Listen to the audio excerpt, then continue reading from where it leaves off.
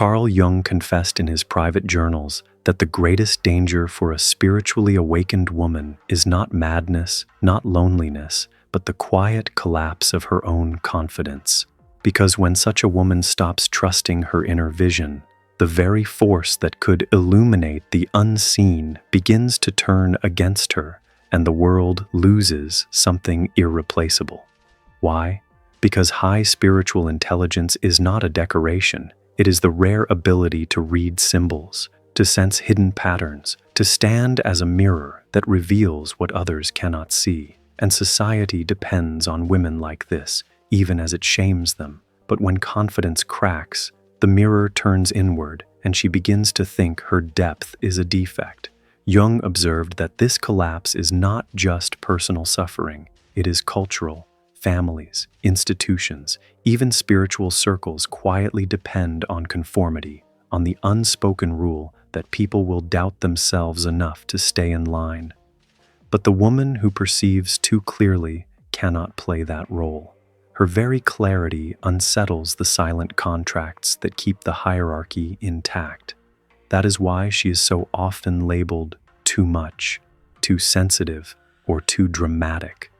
On the surface, these are small dismissals, but collected over time, they grind away at her confidence until even she begins to mistrust her own vision. And here is the cruel paradox. What society fears in her is exactly what she begins to fear in herself. The gift that once felt like inner light starts to feel like a liability. She senses dishonesty in a friend's tone, and instead of trusting it, she wonders if she is imagining things. She feels the heaviness in her chest when a lie hovers in the air, but she tells herself she is overreacting. She dreams of floods, fire, broken doors, and in the morning she quietly changes her plans, then scolds herself for being irrational. Bit by bit, the external rejection becomes internalized. The chorus of doubt moves inside her own voice. Schopenhauer once warned that those who think differently will always walk with loneliness as their shadow. For the spiritually intelligent woman, this loneliness is doubled. It comes from being set apart by others and from setting herself apart inside. What was once a strength becomes a wound. What was once an organ of perception becomes an alarm she tries to silence. This is why the loss of confidence is not about optimism or thinking positively. It is the collapse of trust in one's deepest instrument of knowing, a collapse engineered by a culture that fears what it cannot control. Society can tolerate a woman who softens her words, who disguises her depth, who bends her back to fit. But a woman who remains steady in her perception, who does not crumble, who does not apologize, that woman is terrifying. Her confidence forces others to see what they would rather keep hidden. Jung regarded this as dangerous knowledge because it breaks the script the world relies on. Shame is supposed to lead to silence, exclusion is supposed to lead to retreat, criticism is supposed to lead to collapse. When none of these succeed, when the woman remains centered and unbroken, the shadow of others surfaces in the open.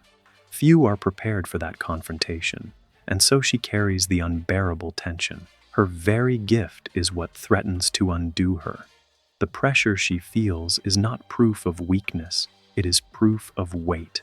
The doubt she wrestles with is not emptiness, it is the scar of depth. What fractures in those moments is not her intelligence, not her intuition, but her belief that she is allowed to trust them. Today, we are going to face that fracture directly. We will uncover 6 ways of rebuilding confidence that do not require you to numb yourself or to shrink, but instead teach you to live inside your gift with steadiness. These are not cliches. They are rooted in Jung's vision of the self and shadow, and in Schopenhauer's recognition that standing apart is both burden and dignity. By the end of this journey, you will no longer mistake your doubt for a flaw. You will see it as evidence of your significance. The friction that proves your depth has met resistance, and when you learn to carry that resistance without apology, confidence will no longer be something you perform for others. It will be the ground you walk on, even when the world trembles beneath it. So before we begin, let us ask, what does self-confidence truly mean? Most people confuse it with appearances, with speaking loudly, dressing boldly, or convincing others of their worth. But Jung, and long before him the Stoics, pointed to something deeper. Confidence is not decoration. It is the inner posture of a soul that knows where its center lies. Epictetus taught that freedom comes from recognizing what belongs to us and what does not. We do not control the thoughts of others, the gossip of neighbors, or the turning of fate, but we do control the way we stand in relation to them. Marcus Aurelius reminded himself each morning, "You have power over your mind, not outside events." Realize this, and you will find strength for a spiritually intelligent woman. This strength does not look like noise. It looks like clarity. It looks like refusing to let the judgments of others rewrite her essence. Jung added another layer. Self-confidence is not the absence of fear or doubt. It is the ability to feel those currents without confusing them with your identity. The woman who senses envy in the room may feel its sting, but she does not mistake it for her own defect. The woman who is dismissed as too much may ache, but she knows the label belongs to the speaker, not to her truth. This is differentiated consciousness, to be inside the storm without letting the storm define you. And yet, here lies the pain. Many of you have felt how quickly that inner center can be shaken. One sharp word from a colleague, one sigh from a parent, one cold silence from a partner, and suddenly your whole being contracts. It is not just the comment that hurts, it is the echo of every other time you were told to shrink. Confidence doesn't vanish in one blow. It erodes like stone underwater, drop by drop, until you wake up wondering if you have any ground left beneath you. But if society can erode confidence, philosophy can rebuild it. Seneca wrote that no person can be truly harmed by insults, only by their own consent to them. Jung would say, the soul cannot be rewritten by someone else's shadow.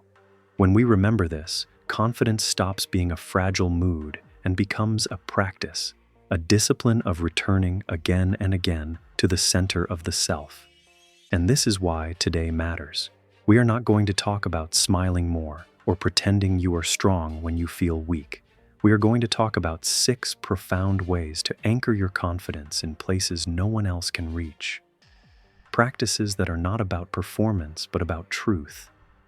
Practices that will allow you not just to survive the gaze of others, but to walk steadily even when the ground of their approval disappears. So let us begin. The first step is perhaps the most counterintuitive, but also the most liberating. To trust synchronicity more than opinion. To stop letting the voices of others become louder than the voice of life itself. For women with high spiritual intelligence, this is where the collapse begins. Not in the absence of vision, but in the moment they measure their vision against the approval of the herd. You know this wound already. You sense dishonesty before it's spoken, but the room insists everything is fine. You notice the small betrayal, the envy, the fracture in someone's tone, and when you speak it, they say you are imagining things. In that moment, the weight of the group is heavier than the clarity of your own perception, and slowly you learn to doubt not the world, but yourself. Jung understood this as a tragedy of misplaced authority. He wrote that the unconscious communicates through symbols, dreams, synchronicities, flashes of meaning that bypass the ordinary mind. But instead of trusting these signals, gifted women often outsource their certainty to those who cannot see what they see. The result is self-betrayal, disguised as humility. Schopenhauer once observed that truth is like a precious metal. Its value is not determined by how many admire it, but by its rarity. To rely on the crowd for confirmation is to treat gold as worthless until the mob approves. The spiritually intelligent woman carries veins of such gold within her, yet she waits for nods and smiles before daring to spend it. This is why the first act of reclaiming confidence is to trust synchronicity more than opinion. Life itself leaves markers, a sentence overheard at the precise moment you needed it, a dream that later unfolds in waking reality, a chance encounter that rearranges your path. These are not coincidences. They are coordinates. They are the universe affirming what society refuses to validate. Think back. How many times have you known in your bones what would happen, only to dismiss it because no one else agreed? And how many times did events later prove you right, while the very people who doubted you quietly forgot their doubt? This is the wound, that your deepest accuracy is met with denial until you learn to deny it yourself. But confidence is rebuilt the moment you reverse this order. When a dream stirs you awake, you treat it as a message, not noise. When a pattern repeats in your life, a word, a symbol, a number, you lean into it instead of laughing it away. When your body contracts at a hidden lie, you honor the contraction rather than explain it away. Each act of trust becomes a brick under your feet. Society will not reward you for this. In fact, it may punish you more. But Jung saw that these small acts of fidelity to your own perception are what weave the self together. And Schopenhauer would remind us, the masses rarely recognize truth at the moment it appears. Their blindness is not your evidence. Their dismissal is not your verdict. So the first practice is this. Notice one synchronicity today, and instead of brushing it aside, let it guide one small decision. You do not need to announce it. You do not need to defend it. Quietly, you let the sign carry weight. And as you do, confidence begins to return, not as a performance, not as a mask, but as an inner alignment. Because confidence grows each time you prove to yourself that your perception is worth following.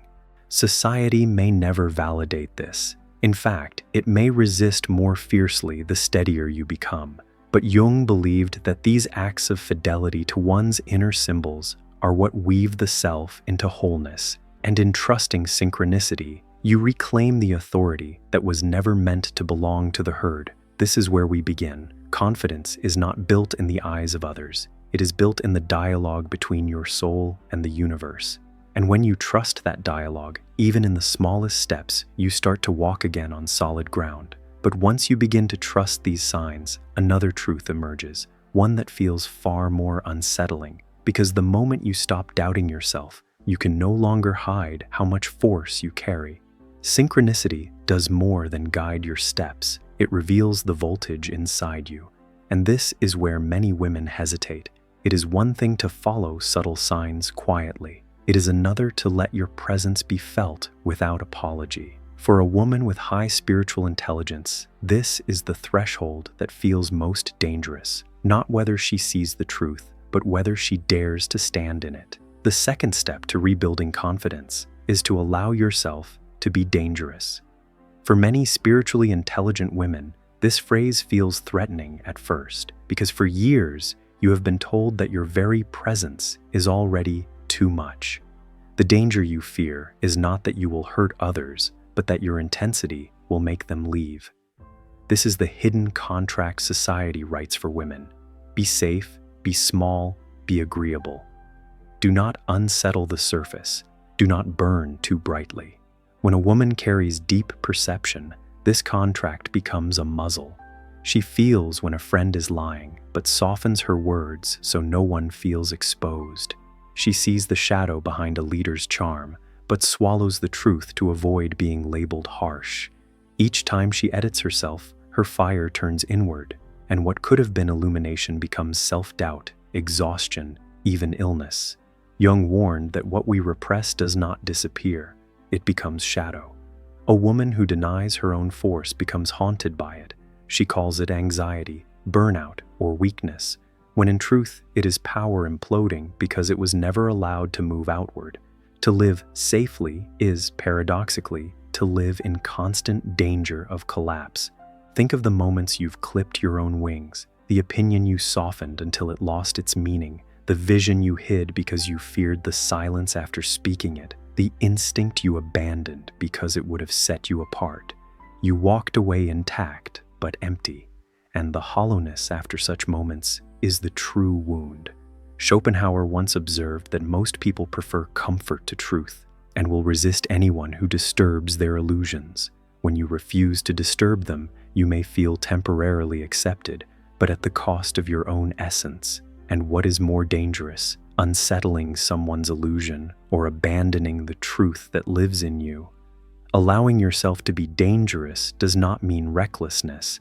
It means no longer apologizing for the force that naturally radiates through you. It means letting your words carry their full weight, letting your presence be felt instead of trimmed, letting your insights arrive without disguise. When your power is acknowledged, it clarifies the room. When it is suppressed, it corrodes you. So, the practice is this. The next time you feel the urge to dilute yourself, pause, say it as it comes. Not louder, not sharper, simply unedited. Let the silence after your truth be part of the message. Some will recoil, yes, but those who can meet you there will finally see you. Not the safe version, but the real one. Confidence grows when you stop fearing your own voltage, because only then do you realize the danger was never that you were too much. The real danger was what happened when you made yourself less. And yet, once the fire is no longer hidden, another challenge arises. How do you live with it? A force this strong cannot remain abstract. It begins to take shape inside you, as if an ancient figure were waiting to step forward, carrying the qualities you have long suppressed. Jung believed that every soul carries such inner figures: the warrior, the sage, the healer, the lover, the shadow. They are not fantasies, they are archetypes, living patterns in the psyche that hold both power and responsibility. To meet them is to recognize that your intensity is not chaos, but character. It has a face, a voice, a destiny.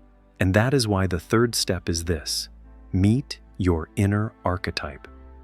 Every woman who carries unusual depth eventually reaches this point.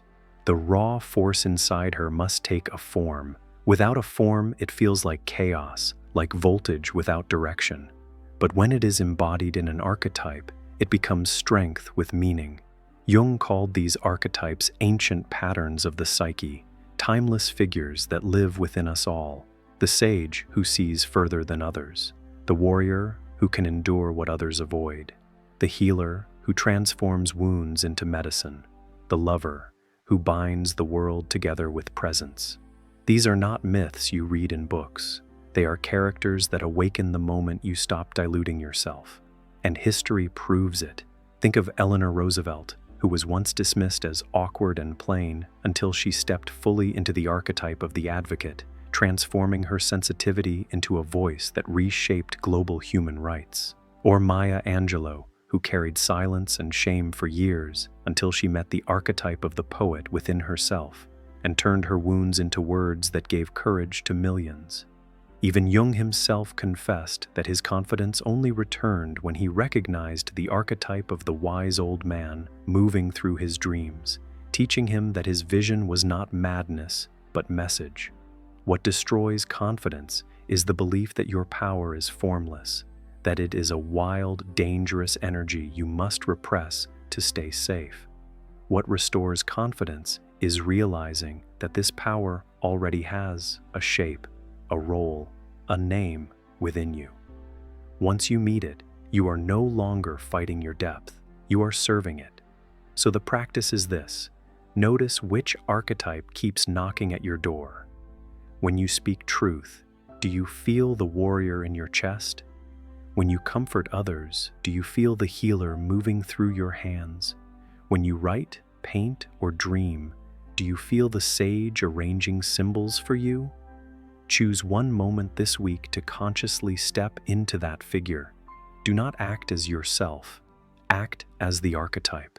See how different the world feels when your confidence is not personal ego, but archetypal presence. We're now halfway through this journey, and here's something vital. When you name what lives inside you, it stops controlling you. Imagine what happens when you not only notice, but actually write which archetype rises most often in you: the warrior, the healer, the sage, the lover, the shadow, the creator, the mother. Type in the comments, "My archetype rises." and feel the shift as you give it a voice. And if you'd like me to make a full video exploring all these archetypes and their unique powers, let me know in the comments as well. Alright, let's continue, because once your inner archetype is named, the next step is learning how to channel the storms it awakens. Because even the most powerful archetypes live close to the border of chaos. Dreams, emotions, and conflicts often appear overwhelming until you learn to shape them, which is why the fourth step is this: turn chaos into symbol. For women with high spiritual intelligence, the inner world can feel like a storm that never ends. Emotions arrive in floods, dreams carry images too heavy to ignore, conflicts in relationships cut deeper than they should. This sensitivity is not weakness, it is an expanded field of perception. But when it is not given form, it becomes unbearable. Chaos without symbol is weight without meaning. Jung himself lived this truth. During his most turbulent years, when visions and voices nearly tore him apart, he began to draw, to write, to paint. Those fragments became his red book, a record of inner chaos turned into a symbolic map of the psyche. What could have destroyed him instead became the foundation of modern depth psychology. Many great women have done the same. Frida Kahlo, pierced by physical pain, painted not her wounds, but their symbols: the broken column, the bleeding heart, the two selves bound together.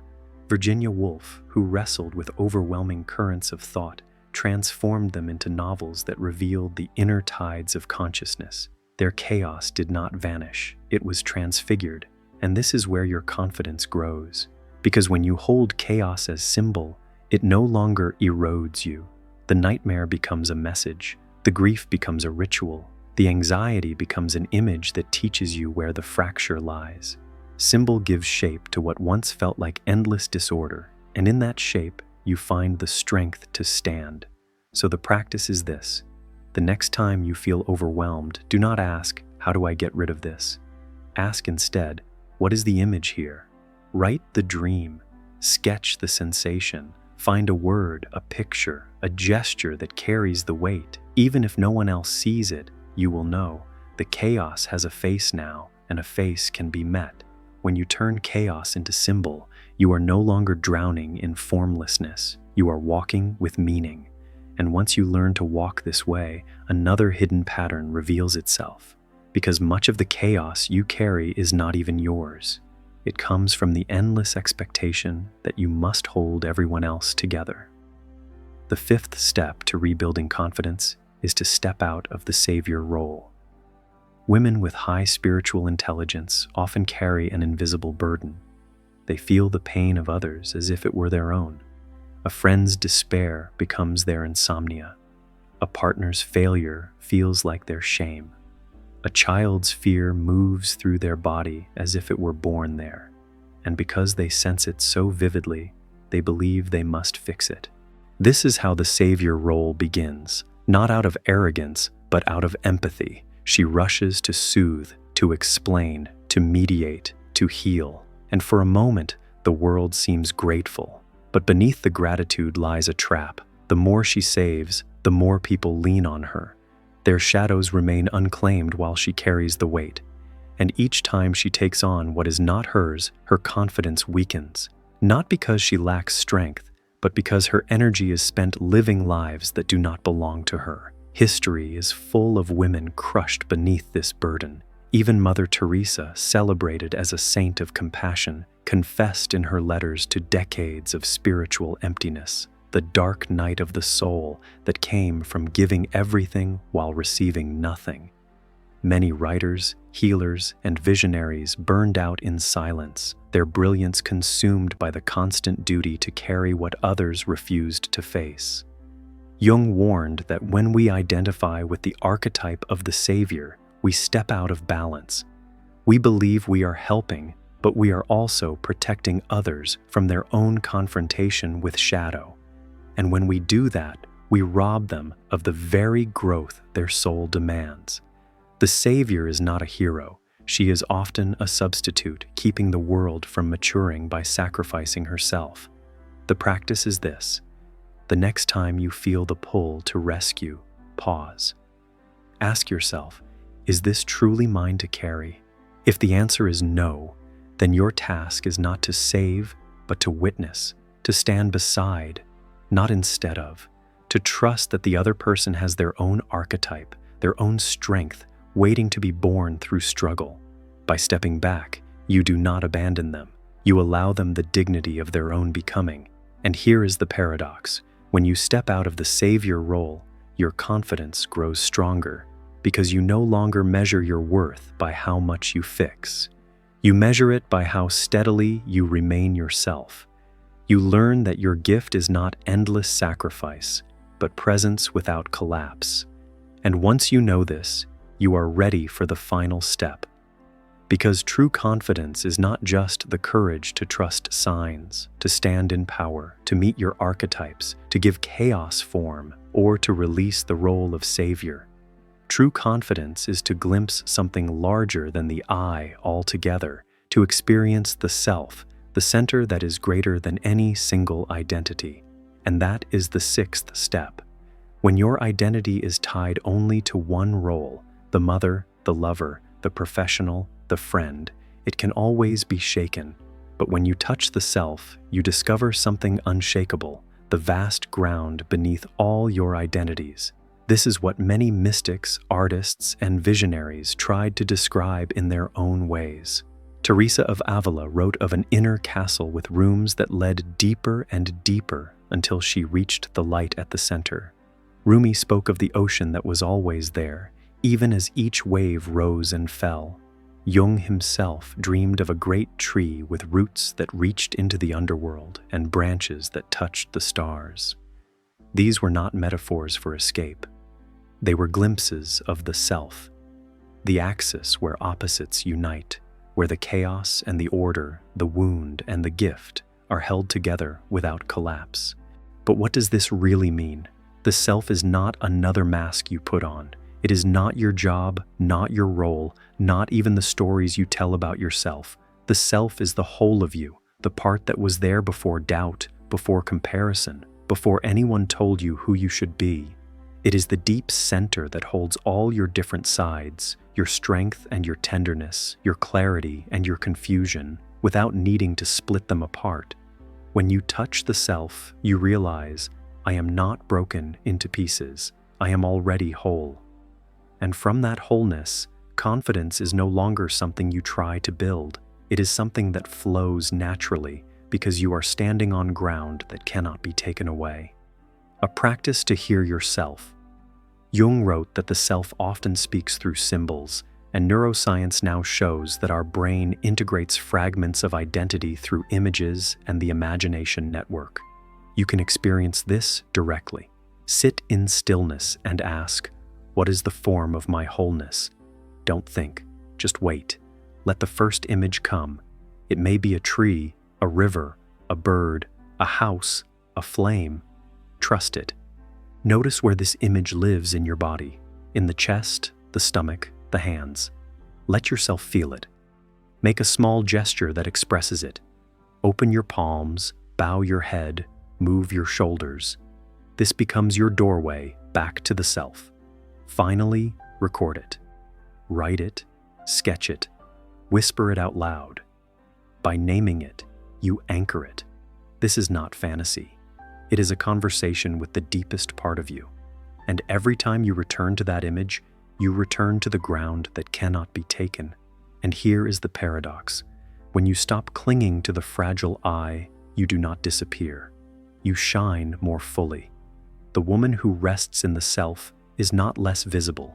She is radiant in a different way. Her presence calms rooms without speaking. Her steadiness unsettles those who try to control her because she no longer reacts from fear. She moves from the still point within, and that stillness is more powerful than any defense.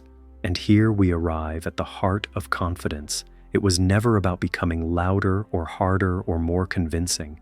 It was about remembering that you were never just the I at all. You were always more. You've walked through all 6 steps. And if you've listened closely, something inside you is already shifting. You've seen that your confidence does not need to be borrowed from the approval of others. It rises when you listen to synchronicity. You've dared to consider that your presence is not too much, but powerful enough to unsettle entire systems. You've met the archetype within you, given chaos a shape, released the weight that was never yours, and glimpsed the deeper ground of the self. Take a breath and notice what this means. Every place where you once thought you were too sensitive, too strange, or too much, those were signs of your intelligence. Every crack in your confidence was not proof of weakness, but proof of how fiercely the world has tried to contain you. And now you know you were never meant to shrink. Confidence, for a woman with high spiritual intelligence, is not arrogance. It is alignment. It is standing in the center of yourself without apology. From that place, you don't need to fight for worth. You radiate it. You don't need to beg for permission. Your presence itself becomes permission for others to rise. And this is the hope. Your gift is not here to destroy you. It is here to free you. When you stop treating your depth as a flaw, you begin to feel what it always was: a compass, a fire, a mirror, a song. With it, you are capable of more than survival. You are capable of shaping the very fabric of connection around you. If this journey touched something real in you, don't let it fade into silence. Go to the comments and write one line that begins with, "From today, I trust."